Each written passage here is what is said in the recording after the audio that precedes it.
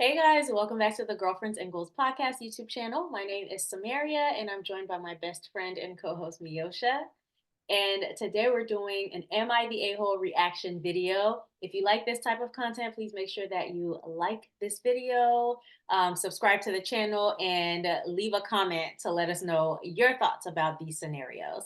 All right, so we'll jump right into the first one. This one was sent to us by someone who watches the channel, but I don't think it's a personal situation.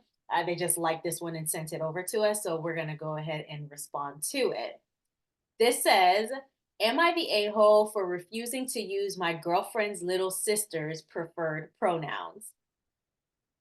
I, Brian 35, male, have been with my girlfriend Amanda 27, female, for 4 years. I love Amanda and her family very much. We have been on vacations together and spent holidays together. Amanda has two younger sisters, and her youngest sister, Sam, 23, is the stereotype of a Gen Z kid. As much as I love Sam, she can be very whiny and entitled. Sam always goes through different phases with her beliefs and identity, and she constantly goes on rants, espousing the latest catchy buzzwords. Sam sees any minor inconvenience as an attack, and when anyone disagrees with her, she refers to this as violence. The whole family tends to tiptoe around Sam to avoid her having a meltdown. About a year ago, after Sam dated a man who came out as non binary, then gay, then trans, Sam decided that she is no longer a woman. She is non binary, meaning she is not a woman and not a man. And the rest of us are to never refer to Sam as she, her, but only as they, them. If you even accidentally say she, her, woman, or anything along those lines, Sam will get very angry, talk about being disrespected, and how not using her preferred pronouns is violence. I have many, I'll say my thoughts till the end. I have many LGBTQ friends, a brother who is gay, and have always been accepting.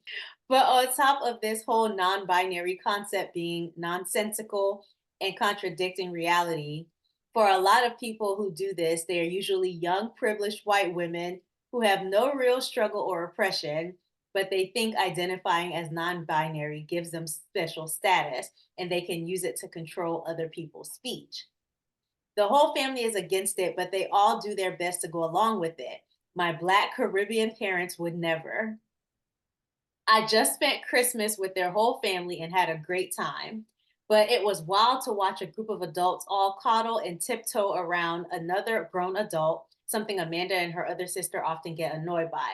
Amanda has told me that Sam has always been manipulative, and as the baby of the family, she was definitely spoiled and allowed to do pretty much whatever she wants. Sam says that she is not a woman if she doesn't identify as one, and that we all need to respect her. She also calls herself a lesbian sometimes, even though she says she is not a woman. Sam says she calls herself a lesbian because words do not matter. That she can identify as a lesbian if she wants to because words should be inclusive. But then if words don't matter, why can we all not just call her she? Sam even said that on some days she wants to be referred to as he, him, because sometimes she feels more masculine.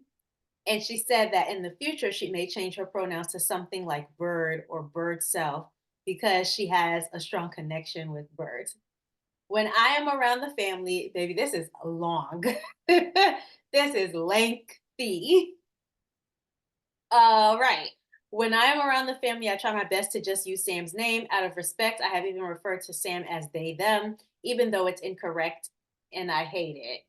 Usually, Amanda and I will go against our own will and refer to Sam as they, them when Sam is around, but we still use the correct she, her when it's just us. Recently, Amanda asked if I would refer to Sam as they, them out of respect for Sam's wishes, even when it's just the two of us. I told her that my answer is no. Nobody in the family believes in this concept, even my girlfriend Amanda. And being asked to completely change my speech and intentionally be wrong is insulting to me.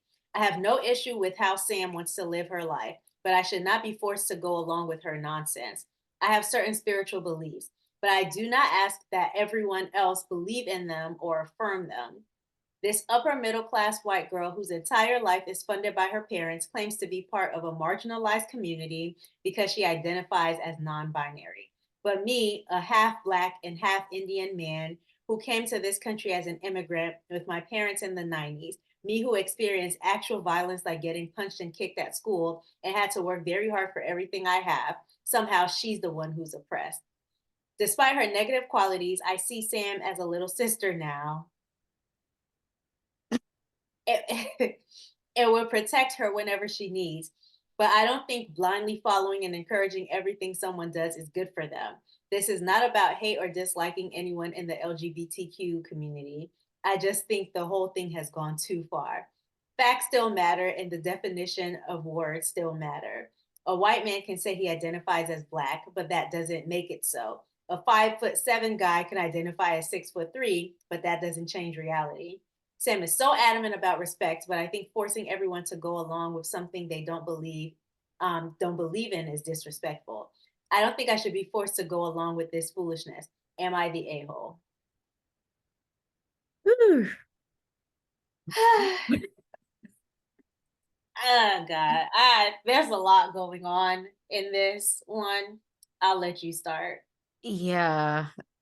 Something that you said was that you're okay with referring to her as they, them in front of her, but your girlfriend Amanda has come to you and said, hey, even when it's just us, I'd like to use the pronouns that she wants, even when it's just us. You said no. I guess why is that? If Mhm, you're already having to do it in front of her, like you went through this whole spill about your beliefs, you feel like you're being forced to do something that you don't want to do. mhm, Things have been this way. So, I guess my question is why didn't you ask maybe Amanda, well, what's changed? mm, Did her feelings about how her sister is being referred to changed? You said that Amanda referred to Sam as being manipulative, being a bit spoiled. She's been this way. I don't know, it's her sister. Maybe she's had a change on how she wants to how she wants y'all to talk about the sister, view the sister. mhm. It sounds like there's been a change in Amanda, and that's why she's letting you know, like, hey, I know you may feel this way, but even when it's us, Yeah, I'm gonna yeah. need you to get in line with XYZ. So, all that being said, I think you could be seen as the a-hole by not giving more explanation as to why you're okay with doing it in front of her, but not in front of her. Right. Do your spiritual beliefs start and stop when she's Yeah. around or when she's not around? I There are multiple things going on here. First of all, this whole I love her like a little sister. I love the family as much as mine. Cut that out. You do not. You do not like Sam, and that's okay. Like I know you don't want to admit it because you're with Amanda, but you clearly do not like her because this whole thing is laced with your opinion of her. She's spoiled. She's whiny. Other people see it too.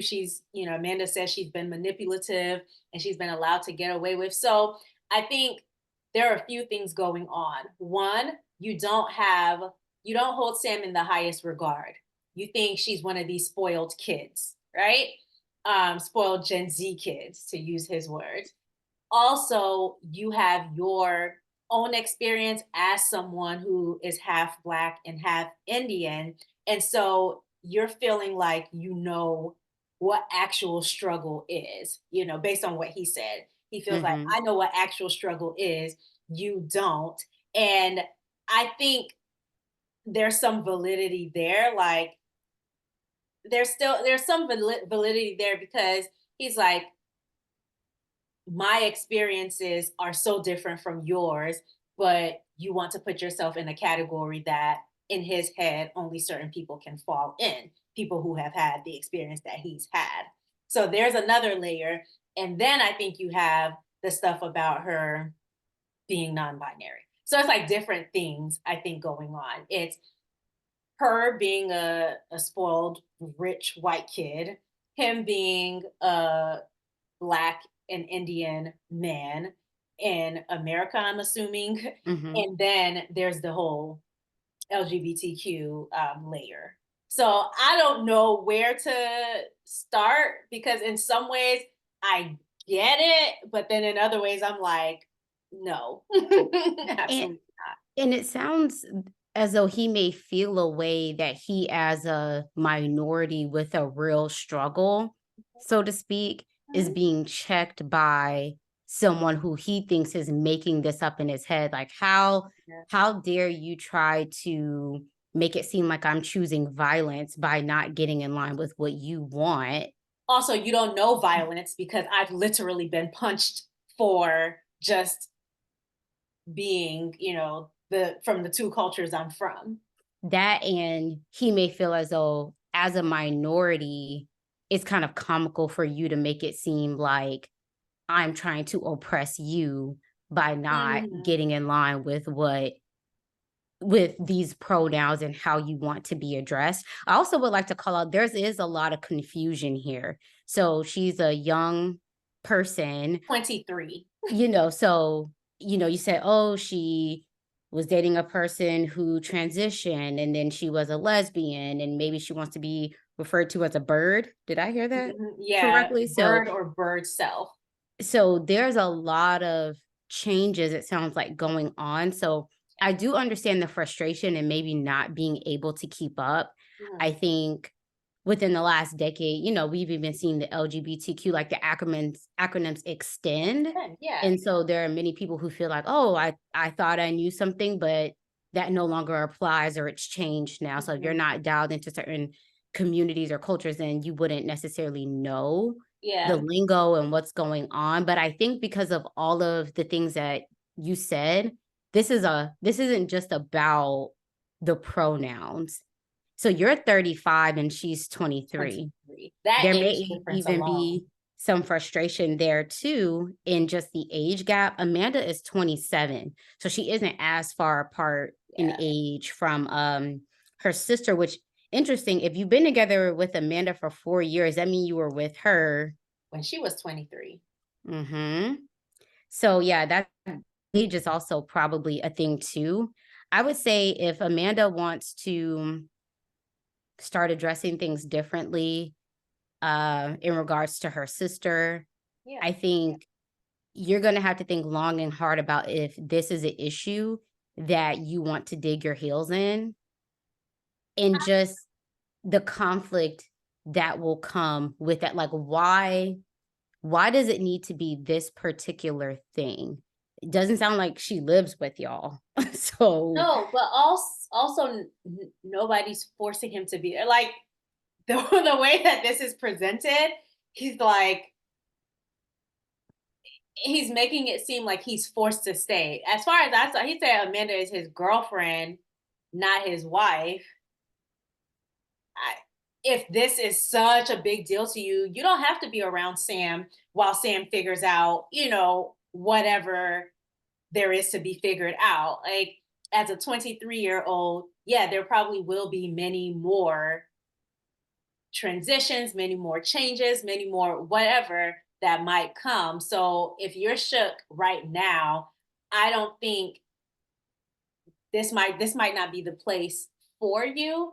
And I get it even because go even in ahead. how he kind of refers to the family, with like, oh, it's embarrassing to see how they're tiptoeing around. This That's is their your loved one. girlfriend's family, Yeah. and I don't know. You may think that maybe you're hiding how you feel about this family and Sam, but maybe Amanda realizes, like, oh, you really don't see it from my family like that. And he doesn't. Like this is their loved one. So if they decide whatever they decide to do, this is their loved one, not yours. You're not even in the family. Like what? How dare you have such a strong opinion? You're not even in this family. You've been together with Amanda 4 years. You ain't put a ring on it. Let's talk about that. Okay? Because you're 35. You're 35. And I'm guessing since he talks about working for everything that he has, probably might be in a stable Mhm. financial situation. Like, so how invested are you? If you're invested in what Sam decides to call Sam's self, but you're not invested in this family enough to be married into it, I just don't think it's worth all the fuss that you're making. Yeah, you can decide now that this is something I don't want to be a part of. Sam isn't going anywhere. That's her sibling. And like I said, you know, if you do get married at some point, you have to decide, like, is this the issue I want to dig my heels in? Yeah. And I would just think, there's a lot bigger things Mhm. that you'll probably be faced with, and that if you want your relationship to be in a healthy place, you should be picking and choosing wisely the things that you're standing on. I'm not saying that you can't feel how you feel as far as, you don't want to be forced to do XYZ, Mhm. but you were fine with doing it in front of her. If you're no longer fine with it, In front of let her, Amanda them, yeah, him, bird self, whatever, let her whatever. know, and that's that. But you know what's interesting? Because I think a part of this also is a privilege thing because he views Sam as privileged, which Sam Mm, probably is, might be. I wonder if the perception is, or I wonder if he actually knows that Sam would consider themselves to be as oppressed as, say, minority groups, because that for me would be irritating. mm, Like, hey, acknowledge, yes, people are going to treat you a certain way in society because you belong to this community, but also acknowledge the privilege that you have as a rich, young person, white person in this mhm, society. So that's the part that I can understand where this person's coming from, because they're like, you are so privileged. Why aren't you seeing your privileges if Sam isn't? Why aren't you seeing your privileges and acknowledging how privileged you are in this society? Even along with, belonging to this community, acknowledge your privilege, because other people do belong to this community, but mhm, they're not white, young, and rich. And so they're having to battle with multiple things. mhm, You don't have that. So stop trying to make it seem like it's the same. So that part would annoy annoy mhm. me a lot. And so Yeah, that's I think he's valid. annoyed too. But yeah, Mhm, ain't nobody forcing you to be there, Brian. And that's mhm, the reality of it. This is Amanda's family. If this is Amanda's family, so Amanda gets to decide how you treat her family. And if she wants you to refer to Sam in whatever way Sam wants to be referred to as her partner, that is your job. You signed up to be a support to Amanda. You signed up to be Amanda's loved one or Amanda's partner. Well, that comes with the territory. You can't always say what you want to say when it comes to your partner's family. You just kind of have to let them lead and be mute. And you got a little too much dip on your chip to be a non-family member, to be yeah, and if her tune has changed, maybe she was talking smack about her sister and her being entitled and this and that, and that made you feel a bit more comfortable to do it, but family members reserve the right to change their mind at any point in time. period. Yeah, and you have to go along with it. So on multiple levels, I think you are the a-hole because you're coming with way too much energy on this. Not to say that some of your points aren't valid, especially when it comes to how you've been treated, which I'm so sorry to even like read that. Um, there is a lot of like oppression that Mhm, comes towards people who look like us, and so I absolutely sympathize with that, empathize with it. um yeah, but yeah, you can't use that as a reason not to respect someone else's wishes. I don't care if somebody wants me to call them bird self, cats. I don't care. Like, if that's what they want, that's what they want. And if you can't stand the heat, then you might have to get about the kitchen. I'm sorry. yeah, move on. All right. Alright. Those are our thoughts, but you guys let us know yours in the comments. This is, yeah, I don't know. That was Alright. a lot. Alright, let's get into the next one. Am I the a-hole for canceling our apartment signing after I found out that my boyfriend bought an expensive car?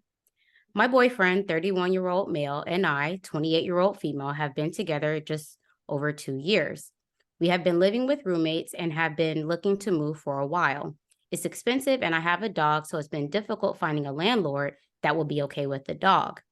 My friend has been moving out and she has a dog and is willing to sublet for us. The landlord said they are okay with signing us if we want to stay after an 8-month sublet. It's a fairly good price near work, so I'm happy with it. We went through the credit check and we're about to sign, but I recently discovered my boyfriend bought another car. He already has a daily driver, but wants a weekend car, which I personally find ridiculous as to why anyone needs two cars. He has a Honda Accord that is fine and he has never complained about problems with it. But he recently said he bought another car. He isn't the best with money. He really likes to spend until the last dollar and doesn't have any savings. I've had to bail him out twice on rent. We both pay around $1,100 plus utilities, and he makes around $70K a year. So he should be saving, but he doesn't. He paid me back. It was months later than what we agreed on. So I really wasn't happy that he did that, but I didn't realize he bought such an expensive car. He didn't show me until Saturday when he picked me up in a Corvette. I don't know what model it is, but I asked him how much it was, and he said it wasn't my business. And I was pissed off. He bought a clearly expensive car. He admitted later because I refused to let it go. It was over $42,000. He had traded in the Honda. Even then, his payments are almost $800. I was so mad that he did that, especially because he asked me to cover part of his share of the apartment security deposit a week before he bought the car. I called my friend and apologized, and I told her I can't sign the lease. She said she's okay with it. I hadn't paid the deposit yet, thankfully, and my roommate is okay with me staying, so I'm good. But my boyfriend's lease is ending, and the landlord wants him out. So he's mad at me for canceling us moving in together because now he still needs to move and will probably be paying more than if we just moved in together. He yelled at me for butting in on his business, saying it's not my business with what he buys. I think that that's fair, but he also doesn't have any money and bought an expensive car. So if anything goes wrong, I'm going to have to pay his share of the rent. Am I the a-hole? Absolutely not. Not even a little bit. Girl, you had to bail this man out on rent a couple of times and you were about to move in with him to an apartment with just y'all's names on it. And you're 28 and he's girl, listen, 28 is a Right. good age to be single and get out here and find you a whole other person who is financially responsible. You cannot tie yourself to someone who is this financially irresponsible, and don't trick yourself into thinking that you can stay with him while he improves, because as long as you coddle him, as long as you encourage this behavior, he's not going to change. You need to get out of more than just the apartment signing, in my opinion. Girl, you are his emergency savings, period. Like he doesn't have to have any money saved up because he knows that you'll be there to bail him out. And how dare he say it's none of your business, which it It does sound, isn't. y'all's finances are separate. However, it is your business because you keep bailing him out. And what was the long-term plan? He thought he was just going to show up with a Corvette and you would have no questions, especially since the week before. So not only are you not the a-hole, but you've been thoroughly disrespected because he asked you to cover his share of the security deposit.